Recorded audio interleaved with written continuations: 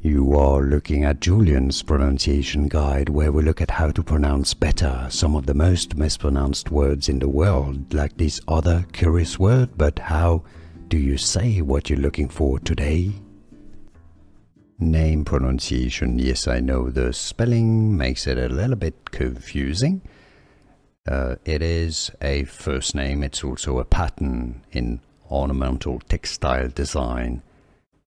Also a place around Glasgow in Scotland. Anyhow, the pronunciation in English is as Paisley, okay? So it's not Pace or Paisley. Pace with a Z sound and a Z sound, not an S, not Paisley. Paisley, Paisley.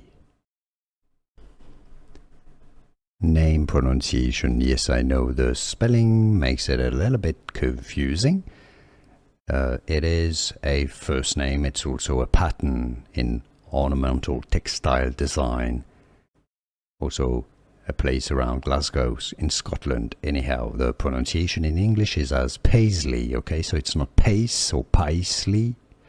Pace with a Z sound and a Z sound, not an S, not Paisley. Paisley, Paisley.